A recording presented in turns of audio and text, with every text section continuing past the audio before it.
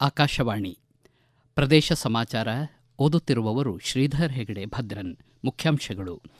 ಇಂದಿನಿಂದ 10 ದಿನಗಳ ಕಾಲ ವಿಧಾನಮಂಡಲದ ವಿಶೇಷ ಅಧಿವೇಶನ. ರಾಜ್ಯದಲ್ಲಿ ಡಿಜಿಟಲ್ ಮೂಲಸೌಕರ್ಯ ವಿಸ್ತರಣೆಗೆ ಭಾರತಿ ಎಂಟರ್ಪ್ರೈಸಸ್ ಮಹತ್ವದ ಪಾತ್ರ, ಹೊಸ ಡೇಟಾ ಸೆಂಟರ್ ಸ್ಥಾಪನೆಗೆ ಆಸಕ್ತಿ, ಸಚಿವ ಎಂಬಿ ಪಾಟೀಲ್. 60 ವರ್ಷ ಮೇಲ್ಪಟ್ಟ ಎಲ್ಲ ಪತ್ರಕರ್ತರಿಗೆ ವೈದ್ಯಕೀಯ ಶಿಕ್ಷಣ ಇಲಾಖೆಯ ಆಸ್ಪತ್ರೆಗಳಲ್ಲಿ ಶೇಕಡ 75ರಷ್ಟು ರಿಯಾಯಿತಿ.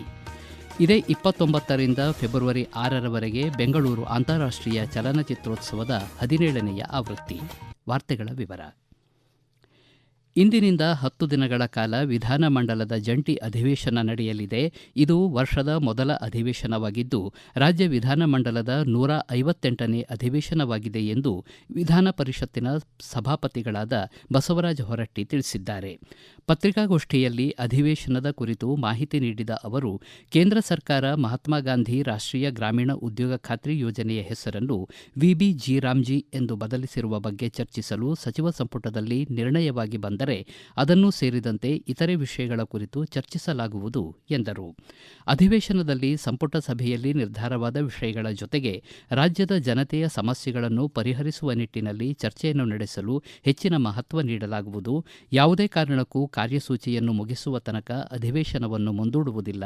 ಬೆಳಗಾವಿ ಅಧಿವೇಶನದಲ್ಲಿ ತಡರಾತ್ರಿ 11 ಗಂಟೆಯ ತನಕ ಅಧಿವೇಶನವನ್ನು ನಡೆಸಲಾಗಿತ್ತು.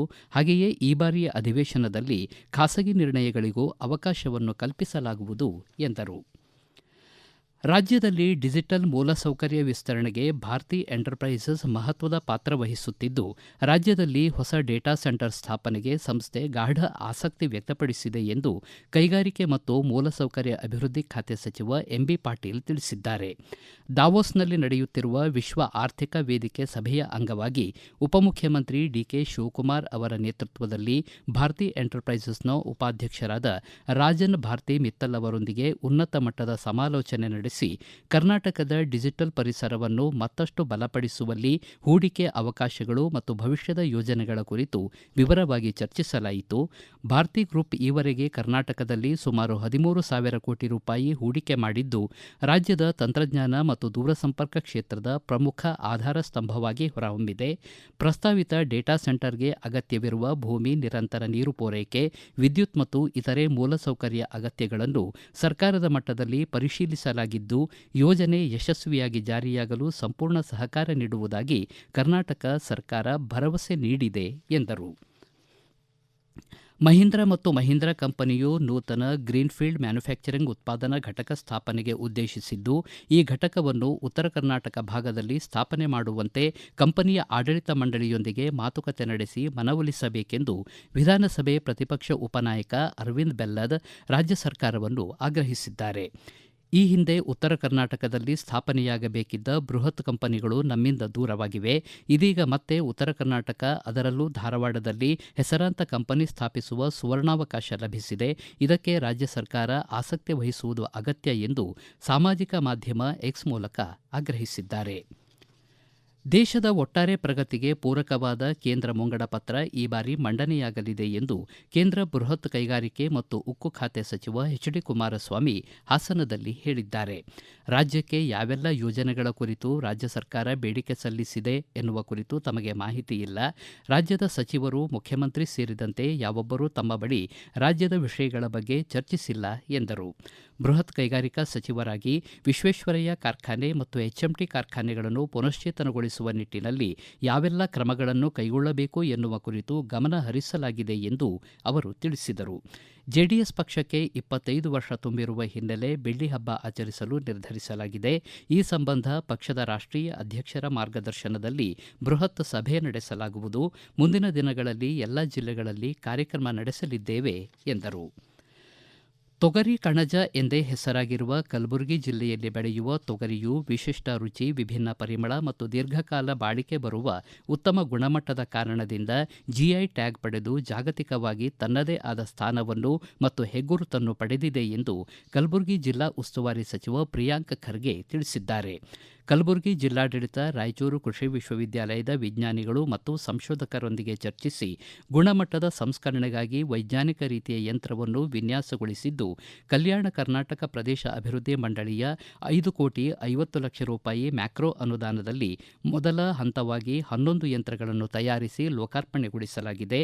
ಪ್ರತಿ ಗಂಟೆಗೆ 2 ಟನ್ ತೊಗರಿಯನ್ನು ಸಂಸ್ಕರಿಸುವ ಸಾಮರ್ಥ್ಯ ಹೊಂದಿರುವ ಈ ಯಂತ್ರದ ಬಳಕೆಯಿಂದ ರೈತರಿಗೆ ಪ್ರತಿ ಕ್ವಿಂಟಾಲ್ ತೊಗರಿಗೆ 500ರಿಂದ 1,000 ರೂಪಾಯಿಗಳಷ್ಟು ಹೆಚ್ಚಿನ ಧಾರಣೆ ದೊರಕುವ ನಿರೀಕ್ಷೆ ಇದೆ ಎಂದು ಸಚಿವ ಪ್ರಿಯಾಂಕ್ ಖರ್ಗೆ ಸಾಮಾಜಿಕ ಮಾಧ್ಯಮದ ಮೂಲಕ ಮಾಹಿತಿ ನೀಡಿದ್ದಾರೆ. ಈಗ ಪ್ರಕಟಣೆ, ಬಳಿಕ ಪ್ರದೇಶ ಸಮಾಚಾರ ಮುಂದುವರಿಯುವುದು.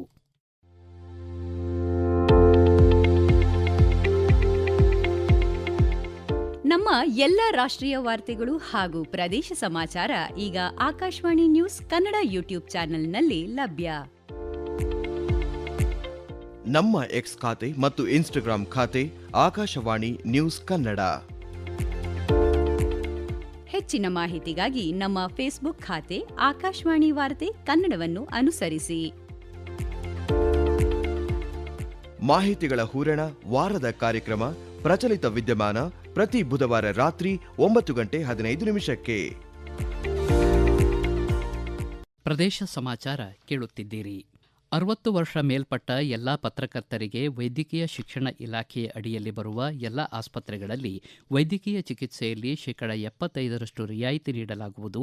ಅಲ್ಪ ಶುಲ್ಕವನ್ನು ಪಾವತಿಸಿದರೆ ಸಾಕು ಎಂದು ವೈದ್ಯಕೀಯ ಶಿಕ್ಷಣ, ಕೌಶಲ್ಯ ಅಭಿವೃದ್ಧಿ, ಜೀವನೋಪಾಯ ಖಾತೆ ಸಚಿವ ಡಾ ಶರಣಪ್ರಕಾಶ್ ಪಾಟೀಲ್ ತಿಳಿಸಿದ್ದಾರೆ. ಹಿರಿಯ ಪತ್ರಕರ್ತರಿಗೆ ಗುರುತಿನ ಚೀಟಿ ವಿತರಿಸಿ ಭಾಷಣ ಮಾಡಿದ ಅವರು, ಸಮಾಜವನ್ನು ತಿದ್ದಿ ತೀಡುವ ಪತ್ರಕರ್ತರಾಗಿ ಸೇವೆ ಸಲ್ಲಿಸಿರುವವರಿಗೆ ವಿಶೇಷ ಸೌಲಭ್ಯ ಒದಗಿಸಲು ತಮ್ಮ ಇಲಾಖೆ ಮುಂದಾಗಿದೆ ಎಂದರು. ಮುಖ್ಯಮಂತ್ರಿಗಳ ಜೊತೆ ಸಮಾಲೋಚಿಸಿ ಮುಂದಿನ ದಿನಗಳಲ್ಲಿ 25% ಹಣದ ಬಗ್ಗೆಯೂ ರಿಯಾಯಿತಿ ನೀಡುವ ಬಗ್ಗೆ ನಿರ್ಧಾರ ಕೈಗೊಳ್ಳಲಾಗುವುದು ಎಂದು ಸ್ಪಷ್ಟಪಡಿಸಿದ ಅವರು, ಪತ್ರಕರ್ತರು ನಮ್ಮ ಸರ್ಕಾರದ ಜವಾಬ್ದಾರಿ. ನಿವೃತ್ತರಾದ ಹಿರಿಯರಿಗೆ ಗೌರವಯುತ ಜೀವನ ನಡೆಸಲು ಅನುವು ಮಾಡಿಕೊಡಲು ನಾವು ಬದ್ಧ ಎಂದರು.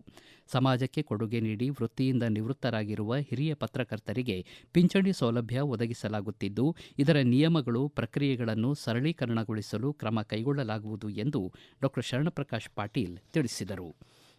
ಸ್ತ್ರೀ ಎಂದರೆ ಅಷ್ಟೇ ಸಾಕೆ ಎಂಬ ಧ್ಯೇಯವಾಕ್ಯದೊಂದಿಗೆ ವಿಶ್ವಪ್ರಸಿದ್ಧ ಬೆಂಗಳೂರು ಅಂತಾರಾಷ್ಟ್ರೀಯ ಚಲನಚಿತ್ರೋತ್ಸವದ 17ನೇ ಆವೃತ್ತಿಯನ್ನು ಇದೇ 29ರಿಂದ ಫೆಬ್ರವರಿ 6ರವರೆಗೆ ಒಟ್ಟು 9 ದಿನಗಳ ಕಾಲ ಬೆಂಗಳೂರು ಲುಲು ಮಾಲ್ನಲ್ಲಿ ಹಮ್ಮಿಕೊಳ್ಳಲಾಗಿದೆ ಎಂದು ವಾರ್ತಾ ಮತ್ತು ಸಾರ್ವಜನಿಕ ಸಂಪರ್ಕ ಇಲಾಖೆಯ ಸರ್ಕಾರದ ಕಾರ್ಯದರ್ಶಿ ಬಿಬಿ ಕಾವೇರಿ ತಿಳಿಸಿದ್ದಾರೆ.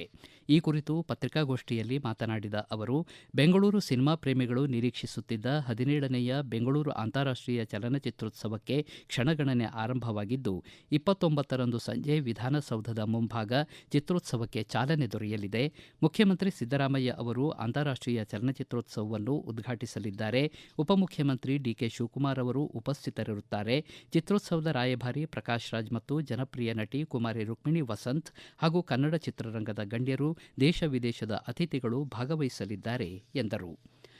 ಚನ್ನಪಟ್ಟಣ ಕ್ಷೇತ್ರದ ಸಂಸ್ಕೃತಿ, ಪರಂಪರೆ ಮತ್ತು ಜನಮನದ ಉತ್ಸವವಾದ ಬೊಂಬೆ ನಾಡಗಂಗೋತ್ಸವ ಕಾರ್ಯಕ್ರಮವನ್ನು ಇದೇ 23, 24 ಮತ್ತು 25ರಂದು 3 ದಿನಗಳ ಕಾಲ ಭವ್ಯವಾಗಿ ಆಯೋಜಿಸಲಾಗಿದೆ ಎಂದು ಶಾಸಕ ಸಿಪಿ ಯೋಗೇಶ್ವರ್ ತಿಳಿಸಿದ್ದಾರೆ. ಈ ಮಹತ್ವದ ಸಾಂಸ್ಕೃತಿಕ ಹಾಗೂ ಕ್ರೀಡಾ ಉತ್ಸವದಲ್ಲಿ ಧಾರ್ಮಿಕ ಕಾರ್ಯಕ್ರಮಗಳು, ಸಾಂಸ್ಕೃತಿಕ ವೈಭವ, ಜನಪದ ಕಲೆಗಳು, ಸಂಗೀತ, ಕ್ರೀಡೆ ಹಾಗೂ ವಿವಿಧ ಮನರಂಜನಾ ಕಾರ್ಯಕ್ರಮಗಳು ನಡೆಯಲಿವೆ ಎಂದು ಹೇಳಿದ್ದಾರೆ. ಕೇಂದ್ರ ಸರ್ಕಾರದ 100% ಕಾನೂನುಗಳನ್ನು ಕನ್ನಡಕ್ಕೆ ಅನುವಾದಿಸುವುದೇ ಕನ್ನಡದ ನಿಜವಾದ ಸೇವೆ. ಆ ಕೆಲಸ ಮಾಡಿದ ದಿನವೇ ಕನ್ನಡದ ದಿನ. ಈ ನವೆಂಬರ್ 1ರೊಳಗೆ ಈ ಕೆಲಸವನ್ನು ಮಾಡಿ ಅರ್ಥಗರ್ಭಿತವಾಗಿ ಕರ್ನಾಟಕ ರಾಜ್ಯೋತ್ಸವ ಆಚರಿಸೋಣ ಎಂದು ಕಾನೂನು, ನ್ಯಾಯ, ಮಾನವ ಹಕ್ಕು ಮತ್ತು ಶಾಸನ ರಚನೆ ಹಾಗೂ ಪ್ರವಾಸೋದ್ಯಮ ಖಾತೆ ಸಚಿವ ಎಚ್.ಕೆ. ಪಾಟೀಲ್ ಹೇಳಿದ್ದಾರೆ. ವಿಕಾಸಸೌಧದಲ್ಲಿ ಹಮ್ಮಿಕೊಳ್ಳಲಾಗಿದ್ದ ಪ್ರಮುಖ ಕ್ರಿಮಿನಲ್ ಕಾನೂನುಗಳ ದ್ವಿಭಾಷಾ ಆವೃತ್ತಿಗಳ ಲೋಕಾರ್ಪಣೆ ಹಾಗೂ ವಿಚಾರ ಸಂಕಿರಣ ಉದ್ಘಾಟಿಸಿ ಅವರು ಮಾತನಾಡಿದರು. ಕೊನೆಯಲ್ಲಿ ಮತ್ತೊಮ್ಮೆ ಮುಖ್ಯಾಂಶಗಳು. ಇಂದಿನಿಂದ 10 ದಿನಗಳ ಕಾಲ ವಿಧಾನಮಂಡಲದ ವಿಶೇಷ ಅಧಿವೇಶನ. ರಾಜ್ಯದಲ್ಲಿ ಡಿಜಿಟಲ್ ಮೂಲಸೌಕರ್ಯ ವಿಸ್ತರಣೆಗೆ ಭಾರತಿ ಎಂಟರ್ಪ್ರೈಸಸ್ ಮಹತ್ವದ ಪಾತ್ರ. ಹೊಸ ಡೇಟಾ ಸೆಂಟರ್ ಸ್ಥಾಪನೆಗೆ ಆಸಕ್ತಿ. ಸಚಿವ ಎಂಬಿ ಪಾಟೀಲ್.